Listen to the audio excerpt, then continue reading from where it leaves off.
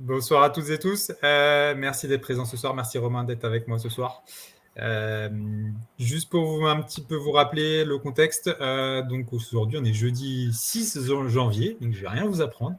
Je vous souhaite déjà à tous une bonne année. Et puis on est sur le deuxième webinaire récurrent qu'on fait. Le premier donc, est le lundi de tous les mois qui est sur les premiers pas avec Podosmart. Donc on vous explique un petit peu comment installer Podosmart et jusqu'à la première analyse. Et aujourd'hui, on est sur l'interprétation des différents paramètres des analyses, que ce soit des analyses de marche ou de course. Le but donc ça se produit tous les mois. Le but, à chaque fois, c'est de vous proposer des patients un petit peu différents pour essayer, moi, je puisse changer un petit peu mon histoire. Et puis, si vous avez des patients à nous proposer et que vous voulez qu'on essaye de les interpréter avec vous, ça sera avec plaisir. Vous pouvez on vous laissera nos adresses mail à la fin et vous pourrez ainsi nous envoyer vos analyses. Romain, bonsoir. Bonsoir Fabrice. Je suis en train de regarder les participants. Donc, il y en a qui étaient là lundi, donc c'est appréciable. Et je crois qu'on peut commencer. Donc, ouais, on peut commencer, ouais, tout à fait. Ouais.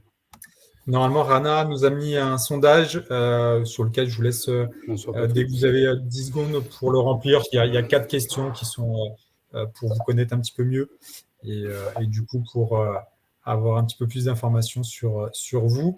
Alors, je vais vous partager mon écran. Hop. Sébastien, est-ce que Justine ou Barbara vous a envoyé un email? Ça, c'est juste pour mon information personnelle. Pas encore. Je m'en occupe demain matin. Alors, la petite histoire, c'est donc un patient qui a eu une déchirure du tendon d'Achille droit, qui donc est venu me voir pour essayer de comprendre un petit peu d'où venaient ses problèmes. Il avait du mal à reprendre le sport. Il jouait au foot et il était notamment arbitre aussi. Il avait du mal à reprendre l'activité aujourd'hui, parce qu'il ressentait encore quelques douleurs. Donc, il voulait essayer de comprendre un petit peu les causes et puis surtout éviter que ça se reproduise dans le futur. Donc l'analyse elle est assez intéressante parce qu'on arrive à trouver un petit peu certaines causes, puisqu'on est vraiment sur un complément de l'examen clinique aujourd'hui, et puis certaines conséquences au niveau de sa marche. Donc là on a fait donc une analyse de la marche. Donc c'est une analyse de la marche qui a été faite en cabinet sur la diagonale de mon cabinet qui doit faire 5-6 mètres, et je fais des allers-retours. Je fais faire mon patient des allers-retours pendant à peu près 1 minute. Et donc, on obtient ces résultats-là. Donc, la vitesse n'est pas forcément un indice assez important, en tout cas sur des gens comme ça, parce que la distance étant petite, on n'a pas forcément une vitesse qui peut être proche des normes qu'on peut avoir à l'extérieur, mais rien ne nous empêche de les faire marcher à l'extérieur. Donc, sur le premier onglet, vous avez vu, j'ai mentionné où il avait mal et comment lui quantifiait sa douleur aujourd'hui, et puis notamment aussi avec quel type de chaussures il a fait son analyse. Ça permet de suivre dans le temps l'évolution aussi des paramètres par rapport à ces petites choses-là, de savoir si la douleur était toujours la même et comment il la quantifie dans le temps. Et puis, si toujours les chaussures sont identiques aussi, ça peut aider aussi sur ça. On a la symétrie qui est la symétrie sur le temps de contact. Donc, on a entre côté gauche et côté droit, on a une symétrie qui est quand même relativement proche. Donc, pas un très gros déséquilibre entre côté gauche et côté droit. Ensuite, on a la vitesse. Comme vous pouvez le voir, on a des petits codes couleurs qui sont marqués. Donc, on est dans le rouge, on est loin de la norme. Et plus on va se rapprocher du vert, plus on va être dans les normes. Sachant que la vitesse qu'on va trouver normale, entre guillemets, est aux alentours de 5 km/h. De souvenir, ça va faire 1,5 m/s, si mes souvenirs sont bons. Sur la cadence, pareil, on est sur une cadence un petit peu plus faible que la normale. Je vous dis après, ça reste aussi par rapport au lieu, le contexte dans lequel ça a été fait. Et pareil, vous voyez, on est sur l'orange, donc on est proche de la norme, mais pas tout à fait. Ensuite, vous avez le profil de marche qui vous indique les temps de contact et les temps de vol. Sur chaque paramètre, vous avez un point d'interrogation qui vous permet d'avoir une définition du paramètre et les normes qui sont associées. Les normes sur temps de contact, temps de vol, c'est 60% en temps de contact et 40% en temps de vol. Et ensuite, vous avez au-dessus les longueurs de foulée. Les longueurs de foulée sont les distances entre deux contacts talons du même côté. Si on clique sur Avancer, on a toutes ces données-là de manière beaucoup plus précise et qui, à nouveau, sont mises par rapport aux normes du patient. Donc, on voit que par rapport à la taille de ce patient, notamment, il avait des longueurs de foulée qui étaient plus réduites que ce qu'il aurait dû faire. et sur une marche qui est un petit peu plus lente au niveau du temps de contact et temps de cycle par rapport à son âge et sa taille. Donc la première chose déjà qu'on voit, c'est qu'on a donc on a une longueur de foulée qui est un peu plus réduite et surtout on a une différence entre côté gauche et côté droit. Parce que vous voyez, on a 13 cm d'écart entre les deux longueurs de foulée. Donc on a une longueur de foulée qui est plus importante du côté où il a mal. Et vous allez voir, on va trouver ensuite l'explication de cette différence-là. Ensuite, sur ce côté gauche, on a la gait line qui est le déroulement du pas par rapport aux forces exercées. Avec les temps de contact sur chaque partie du pied. Donc, on peut avoir soit les temps en pourcentage, soit si vous mettez en absolu, on a ces valeurs-là en millisecondes. On est donc sur une gait line qui est numérique, puisque dans nos semaines, on n'a pas de capteur de pression. Donc, c'est uniquement lié au traitement des données par nos algorithmes qui nous emmènent sur ce schéma de gait line qui, pour info, est vraiment très, très proche des gait lines avec des plateformes de pression. Pour avoir fait des études un petit peu comparatives, j'ai même limite plus confiance dans les données de Nosmell, puisqu'on a à peu près sur une minute plus d'une centaine de pas. Et pour ceux qui utilisent des plateformes de pression, même des tapis de pression, pour avoir 100 pas, il faut déjà faire des analyses qui soient très longues pour avoir ces mêmes données-là.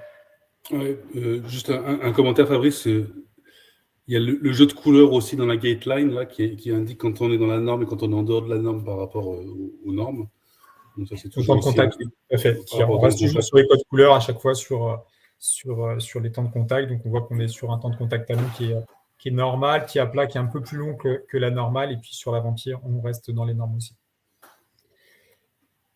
Suite à ça, sur le côté droit, vous avez le ratio de propulsion. Alors, le ratio de propulsion, il va vous indiquer quel est le groupe musculaire qui va être le plus sollicité au moment de la marche pour vous propulser justement. Le ratio de propulsion est calculé, on fait un ratio entre la vitesse d'oscillation.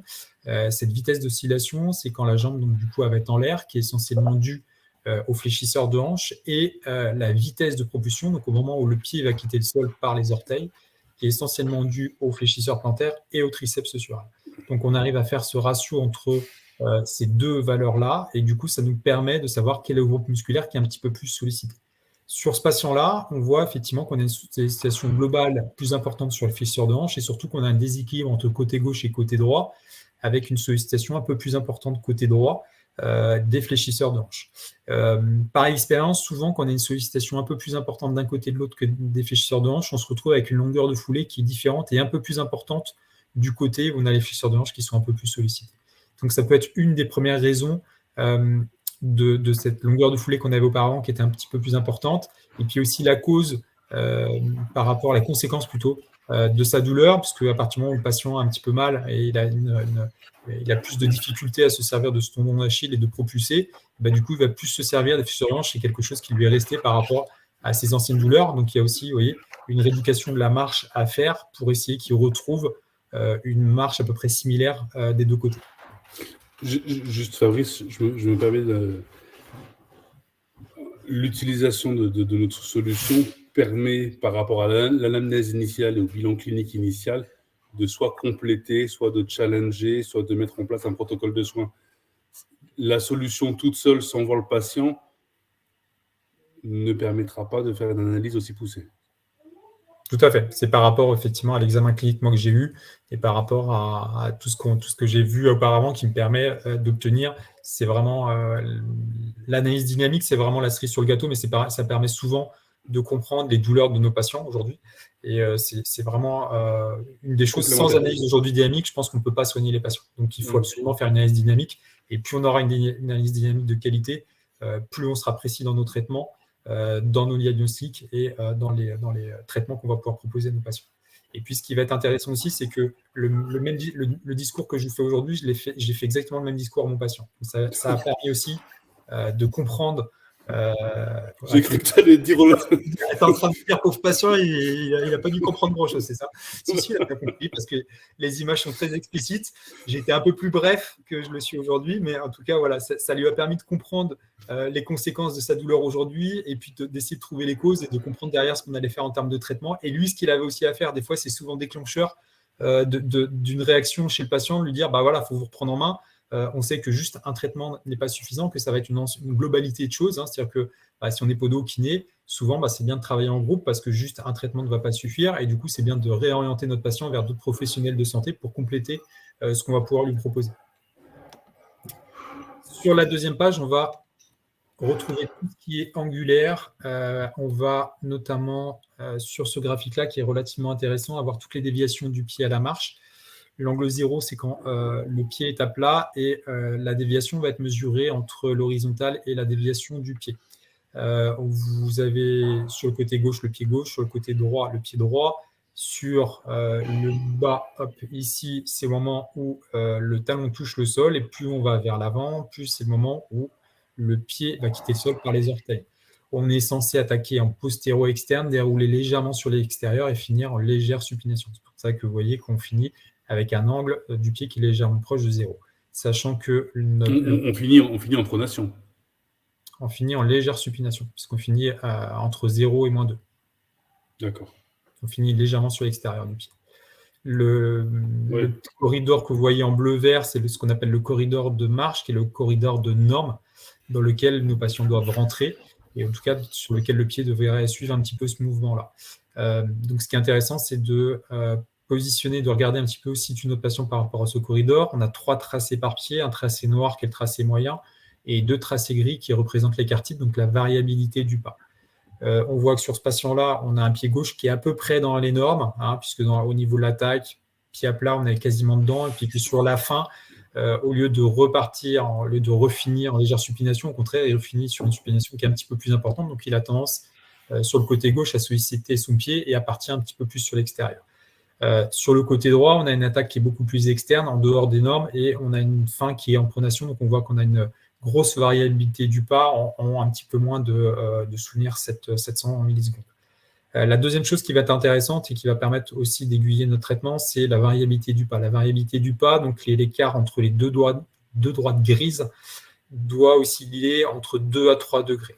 Si on prend l'écart qu'il y a par exemple sur le côté droit, on est entre moins 16 et moins 25, c'est-à-dire qu'on a 9 degrés d'écart et on a des variations qui sont tout aussi importantes au moment de la propulsion, parce qu'on est quasiment aussi à 10 degrés. Donc, c'est-à-dire que mon patient a une variabilité qui est importante, qui manque de stabilité dans sa marche, et que c'est aussi une des causes, par exemple, d'entorses, souvent sur des entorses qui ont été mal soignées, ou au contraire sur des gens qui peuvent éventuellement se tordre la cheville, on se retrouve avec une variabilité du pas qui est importante.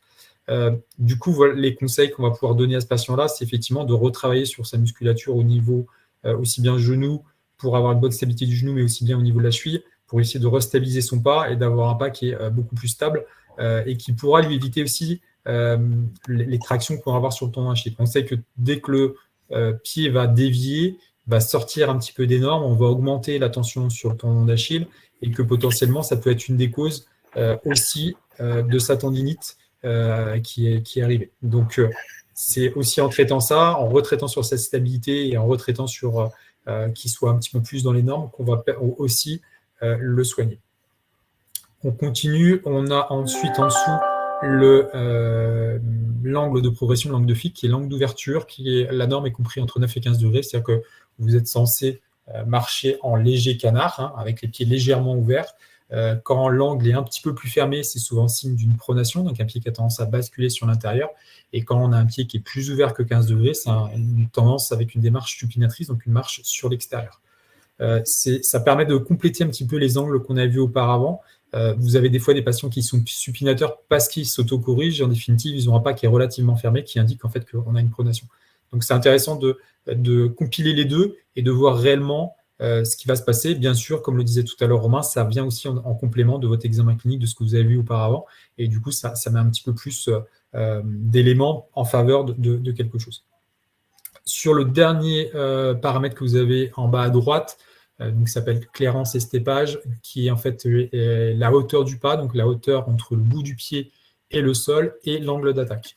La hauteur du pas peut être essentielle sur quasiment toutes les personnes, c'est-à-dire que ça peut être aussi des gens qui sont en bonne santé, mais qui ont un pas un peu trop rasant, et ça va être un des risques de chute, mais c'est un des éléments qui est très important, notamment sur des personnes à mobilité réduite, tout ce qui est personnes âgées, tout ce qui est personnes avec des maladies neurologiques, où on va regarder de plus près cette hauteur parce que ça donne un indice assez important sur le risque de chute et sur lequel on va rajouter d'autres paramètres qu'on fournit. Et puis sur le dernier paramètre qui est l'angle d'attaque, la norme elle est située entre 20 et 23 degrés. Donc on voit notamment que sur le côté droit, le côté où il a mal, ce patient-là a une attaque qui est un petit peu plus faible. Imaginez quand vous avez mal au tendon, vous allez tirer un petit peu moins le pied vers vous puisque vous avez un peu moins de flexion au niveau de la cheville. Du coup, vous avez un peu plus de difficulté à ramener le pied vers vous. Donc pour résumer au niveau de la marche, on a vu que les conséquences de sa douleur, c'était qu'il avait tendance à avoir une longueur de foulée qui était un peu plus importante d'un côté que de l'autre. Et les causes, du coup, c'était effectivement une déviation du pied avec une variabilité du pas qui était un petit peu plus importante. Et puis, on a aussi en conséquence le fait que le pied a tendance à remonter un petit peu moins. Ce patient-là, comme il faisait du sport, je lui ai demandé d'aller courir. Essentiellement, vous avez deux choix pour faire les analyses de course. Vous pouvez les faire soit en extérieur, et donc votre patient va parcourir et vous récupérez les données après. Donc on fait des analyses de course qui sont comprises entre 2 à 10 minutes. Souvent, moi, je fais des analyses de course, comme vous pouvez le voir là, qui durent entre 8 à 10 minutes, parce que je demande à mes patients d'accélérer, comme vous pouvez le voir sur le graphique. Et du coup, j'évite de les faire accélérer à froid, sauf si on a envie d'avoir un peu plus de patients après, mais pour éviter qu'ils se claquent, je préfère qu'ils soient un petit peu plus chauds. Donc, je leur demande de s'échauffer tranquillement et puis après d'accélérer. Pourquoi accélérer? Parce qu'on va pouvoir comparer les données à l'accélération par rapport aux données quand il court normalement. Donc, je l'ai envoyé à l'extérieur. Il a couru, donc il a accéléré. Donc, on a effectivement sur le premier onglet où l'analyse a été faite. On peut aussi, bien sûr, les faire sur tapis si vous les souhaitez. On a la durée d'analyse, la vitesse moyenne.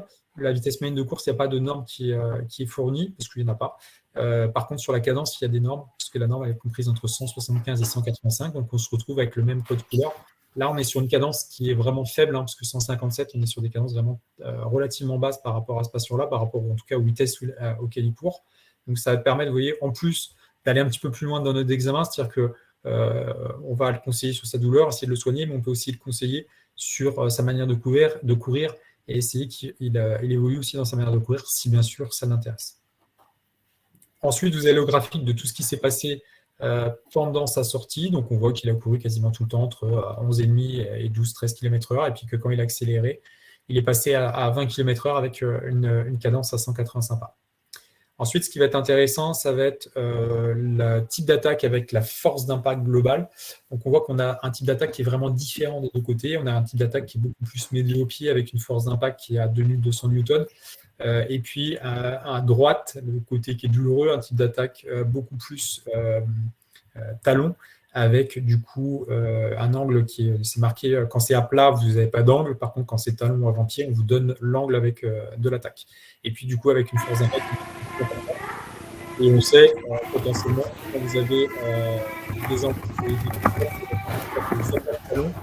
ça peut être une des causes sur des douleurs, puisqu'on va avoir une force d'impact qui va remonter tout au long de la jambe et un amortissement au niveau de la jambe qui se fait beaucoup moins par rapport à une attaque médio ou avant-pied.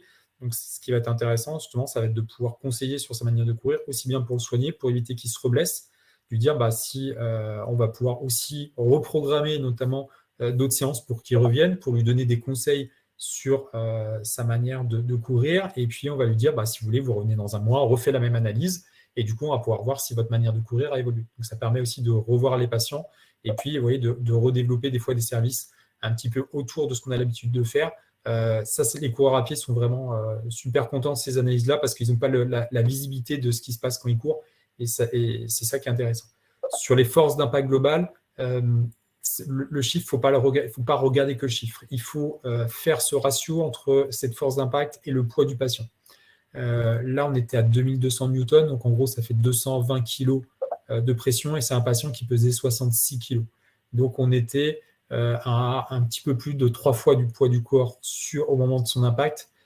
Par expérience, c'est pareil, il y a certaines normes qui peuvent vous être données par rapport à ça. Par expérience, on dit que la normalité, c'est entre 2 à 4 fois le poids du corps. Par rapport à la vitesse à laquelle il courait, qui était aux alentours de entre 12 et 13 km/h, comme je disais tout à l'heure, c'est une force d'impact qui reste un tout petit peu plus importante de ce que j'ai l'habitude de voir. Donc, qui peut être aussi, vous voyez, la cause de ces douleurs, puisqu'on va avoir une onde de choc qui va remonter et le tendon va subir cette onde de choc-là. Donc, ça permet de lui dire de regarder l'état des chaussures, puisque l'onde de choc, la force d'impact va dépendre aussi de l'état des chaussures. Si on a des chaussures avec peu d'amorti, on va avoir une non-choc un peu plus importante. Et puis, bien sûr, c'est pareil, si on a une chaussure qui est usée, la chaussure va moins amortir et du coup, le corps va percevoir une onde de choc qui va être plus importante et la semelle va calculer ça aussi. Ensuite, on a le profil de course avec les temps de contact, les longueurs de foulée comme on avait sur la marche. Au lieu d'avoir un double contact, on a un double vol, puisqu'il y a un moment où les deux pieds se retrouvent en l'air. Sur des gens qui courent à peu près correctement, on est aux alentours de 70% en temps de vol et 30% en temps de contact. Plus on est sur des attaques avant-pied, plus on se retrouve sur des temps de contact qui vont être réduits. Et sur des longueurs de foulée, ça va dépendre un petit peu de la taille de la personne. Ensuite, on retrouve ce qu'on avait aussi à la marche, c'est-à-dire les angles de déviation du pied, avec l'angle d'attaque, l'angle de transition et puis l'angle de propulsion. On voit qu'on a un angle qui est un tout petit peu plus supinateur du côté droit et surtout qu'on a des deux côtés, pied à plat, une pronation qui reste relativement importante, ce qu'on n'avait pas forcément tout à l'heure à la marche. Souvent, les patients, ils arrivent à contenir un petit peu leur marche, c'est-à-dire qu'ils arrivent à contenir leurs pieds lors du déroulé de la marche, et à la course, c'est des choses qui sont beaucoup plus difficiles. Donc, c'est pour ça qu'on arrive à visualiser des fois des formations qui sont plus importantes à la course qu'à la marche avec la vitesse et qui multiplient le poids du corps. Et puis, on retrouve toujours cette légère instabilité, vous voyez, qui est un petit peu plus marquée du côté droit et qui, en tout cas, qui est quasiment du début à la fin sur le côté droit. En règle générale, on a une variabilité du bas qui est un petit peu moins marquée des deux côtés par rapport à ce qu'on peut voir d'habitude. Suite à ça, ce qui va être intéressant, c'est des fois vous allez avoir des patients qui vont se blesser uniquement quand ils vont accélérer, quand ils vont courir un petit peu au-dessus de ce qu'ils courent d'habitude, et ça vous permet justement la comparaison, c'est pour ça que je fais accélérer mes patients, de comparer plusieurs points, ça permet de comprendre ce qui se passe. Donc on va prendre le point où le patient a couru le plus vite, plus un point où il a couru tranquillement. Hop.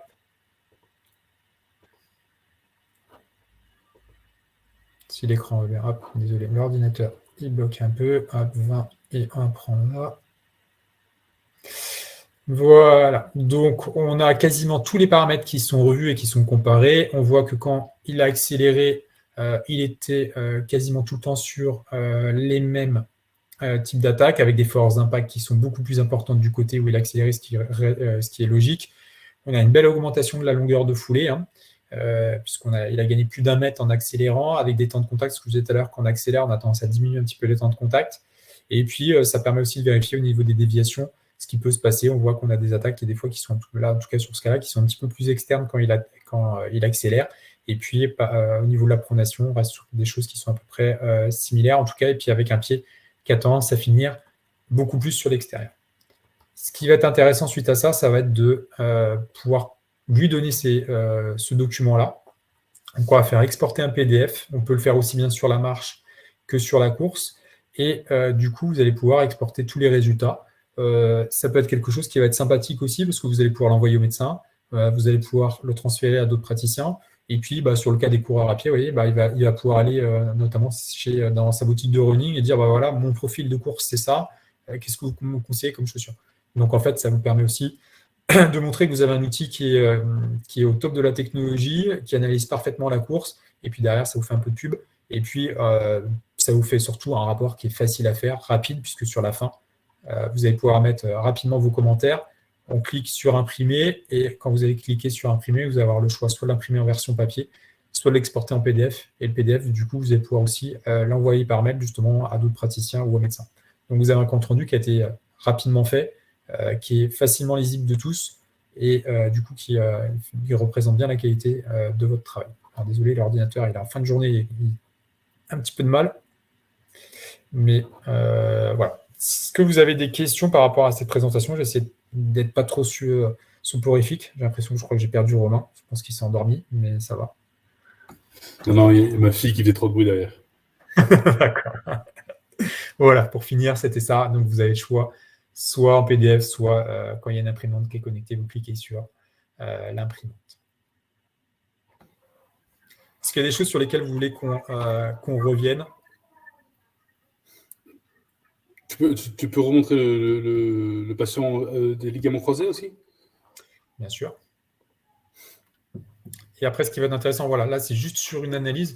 Quand on a fait plusieurs analyses, on va pouvoir utiliser deux autres outils qui vous sont proposés, soit la comparaison. Donc, vous allez pouvoir comparer 2 analyses entre elles et du coup voir un petit peu toutes les variations qu'il y a eu entre ces 2 analyses-là. Donc, voir l'évolution de tous les paramètres entre ces 2 analyses. Soit si vous avez, comme c'était le cas sur ce patient-là, donc suite à une ligamentoplastie, on va pouvoir suivre l'évolution de son traitement et de la rééducation sur des petits schémas, des petits graphiques qui vous montrent un petit peu tout ce qui s'est passé. Pour information, comme vous pouvez le voir, on a un patient avec une rééducation qui s'est globalement bien passée, sauf qu'à un moment, il y a eu un petit il y a eu une mauvaise évolution, une régression, voilà, je cherchais mon mot. Et du coup, en fait, sans que le patient, ça c'est un kiné qui, pour info, c'est un kiné qui nous avait transféré ces données-là, parce qu'il trouvait ça intéressant.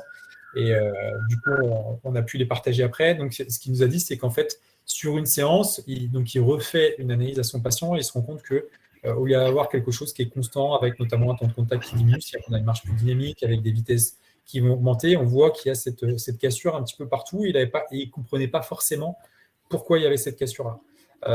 Il était sur donc, un patient qui était relativement jeune, qui jouait au hand, qui voulait, comme beaucoup de patients, revenir vite dans son sport et refaire des matchs rapidement. Et en fait, en allant trop vite, le patient il avait fait de la rééducation chez lui, il avait même rejoué au hand il y a quelques jours, et en fait, le patient était juste en train de se refatiguer, de se reblesser. Et du coup, ça a permis, vous voyez, c'était fait un petit peu boîte noire de savoir ce qui s'était passé en dehors. Donc, ça a permis aux praticiens de montrer aux patients qu'il fallait qu'il calme un petit peu et qu'il suive vraiment que les séances de rééducation que lui proposait son kiné. Et puis, ça a permis aussi au kiné d'avoir ce feedback et de se dire, je vais réadapter mon traitement par rapport à ce que je vois aujourd'hui. Au lieu de le faire travailler et éventuellement de le blesser parce que je l'aurais fait forcer un petit peu plus, et je vais lui proposer une séance un peu plus tranquille de récupération. Et c'est ce qui s'est passé. Vous voyez, puisque le 11 mai, on était sur quelque chose de négatif. Et quelques jours après, on était reparti sur quelque chose de positif. Et on peut se dire que si on n'avait pas eu cette analyse-là à ce moment-là, qu'on avait continué sur une rééducation, on aurait eu sûrement une régression qui aurait été un peu plus importante. Et du coup, potentiellement, qu'il n'aurait pas été aussi vite dans sa rééducation que ce qui s'est passé là. Et ce qui est intéressant, voilà, c'est de suivre facilement ça. Et aussi bien, moi, j'utilise aussi pour informer mes patients. C'est vraiment ça qui est intéressant, c'est cette relation qu'on a avec les patients, le fait qu'on puisse leur montrer quelque chose. Avant, on n'avait pas grand-chose à leur montrer. Et du coup, c'est vraiment ça qui moi, j'adore. Ça prend vraiment pas longtemps, hein, c'est vraiment 1 ou 2 minutes. Avec l'habitude, on l'a très rapidement. On sélectionne uniquement les quelques paramètres qui sont utiles par rapport à la pathologie du patient. Et du coup, on va lui montrer vraiment ces paramètres-là, lui dire, voilà, aujourd'hui, vous avez ça, on a trouvé les causes, les conséquences, et mon traitement, il est là. Et ensuite, on suit uniquement les paramètres qui sont concernés. Merci Fabrice. Il n'y a pas beaucoup de questions, donc... c'est que j'ai été bon, en fait, c'est pour ça, alors. Soit bon, soit endormi tout le monde, soit j'ai mis un deuxième sondage par rapport à la fin de la présentation, sachant que, encore comme on vous l'a expliqué, ce sont des webinaires qui sont récurrents. Le premier lundi, c'est les premiers pas avec Podosmart, notre solution. Et le premier jeudi, on va plus dans le détail. Dans le futur, ce qu'on aimerait, c'est que vous nous envoyiez des cas, qu'on puisse échanger vos cas. Ça veut dire qu'on vous prend la parole, soit on vous appelle avant, afin d'avoir une analyse plus complète de vos patients et afin d'avoir vos cas pratiques et la vie de tous les jours. Parce que là, c'est vrai que Fabrice travaille pour la société, donc c'est malgré tout, même avec son background médical, je préférais avoir vos cas et qu'on échange sur vos cas pour vous montrer la qualité de la solution. Et je pense que... On les a tous pas. Non, on n'était pas tous pas de là, ils sont tous là. Ils sont tous là. Et Sébastien qui est en train de poser une question.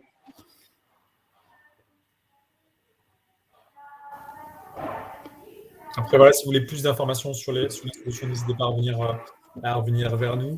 Des paramètres. Si vous avez des questions, n'hésitez pas. Dans les graphiques de comparaison, le bleu est la bleue est la première et orange le deuxième. Alors, attendez, je vais... Non, c'est le pied droit, pied gauche. C'est ça, ouais. Juste pour remontrer. Ah, excuse-moi, je croyais que tu ne savais pas.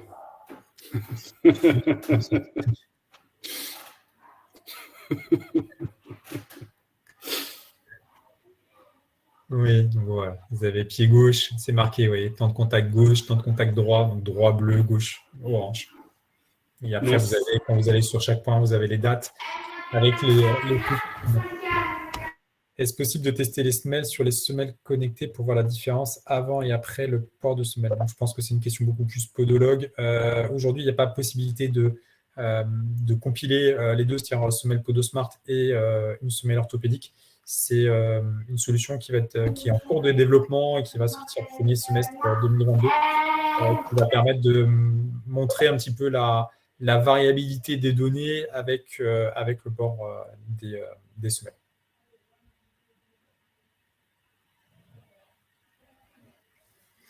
Donc, Florence, je suis là, merci pour la présentation. Je suis novice, donc je reviendrai vers vous pour vraiment commencer l'utilisation, présentation. Merci, Florence. J'ai mis mon adresse email, donc pas dans le chat. Si vous avez des questions plus précises et ou des cas, ou des questions, n'hésitez pas à les partager, à m'envoyer un email et soit Fabrice, soit moi, soit le support technique vous répondra. Parce qu'on a 2 personnes au support technique qui vous accompagnent aussi dans la mise en place de la solution. Je vous mets la mienne aussi, comme ça vous aurez les deux. Qui c'est que les gens préféreront, comme ça permettra d'avoir une note. Ouais.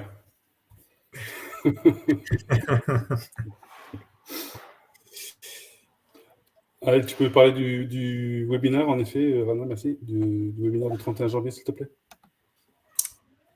Je vais le faire après. Donc, on essaye aussi, en plus de ces webinaires récurrents, de faire justement des partages de cas, des partages de traitements avec des kinés avec lesquels on travaille. Donc, on a eu Thomas Laure-Blanchet, qui est, pour certains qui connaissent, qui est un kiné ostéo sur Clermont-Ferrand, mais qui a été aussi champion du monde de trail, qui travaille notamment aussi à la clinique du coureur, qui nous a fait 2 webinaires, un sur le syndrome de la bandelette iliotibiale, et puis au mois de décembre, il nous a refait un webinaire qui était très intéressant sur la lombalgie, et donc lui, beaucoup plus spécialisé sur la course. Il nous a parlé de la lombalgie chez le coureur à pied. Et on a un autre Thomas qui s'appelle Thomas Balabo, qui est kiné aussi, qui est pareil, un trailer. Et lui, par contre, va nous parler donc, le 31 janvier, c'est un lundi à 19h30, sur lui, comment il traite la ligamentoplastie d'un ligament croisé du genou et un ligament croisé antérieur. Donc voilà, le but, c'est de montrer, lui, tout son protocole de soins du début, à partir du moment où il reçoit le patient jusqu'à la fin, et puis de montrer aussi comment il a pu utiliser Podosmart dans cette rééducation-là. Comme on disait, Podosmart ne fait pas tout, mais peut fournir certains éléments qui peuvent être très utiles lors de la rééducation et qui peuvent monitorer la rééducation. C'est très intéressant. Et en plus de cela, et c'est la dernière information que j'ajouterai, on organise aussi des webinaires en anglais pour l'ensemble des pays, et le prochain webinaire a lieu le 13 janvier. Jeudi prochain. Comment? Jeudi prochain. Ouais, jeudi prochain. Je viens de mettre le lien. Ah ben non, je me suis trompé. Tu ne l'as pas mis sur bon, ouais. Pour ceux qui parlent anglais. Voilà. Et puis, oui. C'est pareil, un physiothérapeute anglais, je crois, qui présente, si mes souvenirs sont bons, Romain. Oui, tout à fait. C'est Stuart Campbell, donc il fait spécialisé dans le sport aussi. Et donc, il nous fait une présentation. Donc, c'est une présentation qui aurait dû avoir lieu en décembre. Et il y a eu un souci technique, donc on l'a refait la semaine prochaine. Il y a une question par rapport à Sébastien. Est-il possible d'imprimer la comparaison de deux examens? Aujourd'hui, non. Demain, dans un futur proche, oui. On a déjà fait remonter ce retour-là. Et on pousse notre service technique pour que ce soit disponible. Comme pour pouvoir choisir aussi les éléments que vous souhaitez comparer, les éléments que vous souhaitez voir sur l'évolution. C'est des choses qui sont pas hyper compliquées à faire. C'est vrai qu'on reste sur une équipe quand même qui est assez importante, parce qu'aujourd'hui, on a un peu plus de 70 salariés dans l'entreprise. Ils sont en train de développer pas mal sur les futurs paramètres. Et du coup, ils vont agrémenter en même temps ces petites choses-là. Ça paraît, pour nous, c'est des petites choses. Pour eux, c'est un peu plus loin à mettre en place, mais c'est vraiment de l'interface sur le travail. Et du coup, c'est des choses qui vont être faites aussi en début d'année. Ça va être fait par rapport aux enfants. Donc, il y a eu 2 questions. Oui, on est en train de travailler dessus. Oui, on est en train d'essayer. On travaille sur une étude clinique qui valide en fait notre algorithme avec des pointures enfants. C'est là où nous en sommes aujourd'hui, donc c'est en cours. Au niveau de la date, ça devrait être cette année. Au niveau du temps, si c'est premier semestre ou deuxième semestre, je préfère vous dire deuxième semestre que premier semestre, pour être plus, pour pas vous faire trop être optimiste, je préfère ça. Les replays peuvent être accessibles en cliquant sur le même lien que cet événement. Donc merci Rana d'avoir répondu. Et voilà. Et il y avait une question aussi que j'ai vue juste au-dessus. Avez-vous le replay des précédents webinaires? Oui, sachant que, encore une fois, il y a tous les webinaires qu'on a fait en anglais ou en français. Et pour votre information, celui-ci, ce sont des webinaires, celui dans lequel on est aujourd'hui, ce sont des webinaires qui reviennent tous les mois. Premier lundi, premier jeudi. Si vous le loupez, ben vous revenez le mois suivant et on sera là. Et encore une fois, si vous avez même des questions comme ça pendant le mois, vous pouvez nous joindre facilement. Oui, le but, c'est, voilà, n'hésitez pas à par mail nous envoyer, on essaie de vous répondre le plus rapidement possible. Hein, et puis, s'il y a quelque chose qu'on n'arrive pas, on vous appelle ou on s'appelle et on essaie de trouver une solution par rapport au problème d'analyse que vous pouvez avoir, ou si vous manque une petite explication, on est là pour ça, quoi. Agnès, par rapport à la prochaine formation, il y a le prochain webinaire qui a lieu le 31 janvier avec Thomas Balabo, qui est sur c'est Fabrice, le titre exact. Rééducation d'un ligament croisé antérieur. Voilà. Rééducation d'un ligament croisé antérieur. Donc ça, c'est un aspect de la formation qui est plus générique, qui est très spécialisé, et là qui est particulièrement plus pour les kinés. Après, tout ce qui est formation, on les fait en ce moment, et dans un monde fantastique, si vous pouviez nous envoyer vos acquisitions pendant le mois, avec une ou deux questions, ça nous permettrait de vous les proposer, de notre analyse avec nos ingénieurs biomécaniciens et avec le support Fabrice. Je crois qu'on a fait le tour. Merci à tous. Merci Rana. Merci Rana, merci tout le monde. Bonne fin de journée et bonne fin de soirée. Et bonne fin de semaine. À plus tard. À demain, Romain. À demain, ouais. Bonne soirée. Ciao.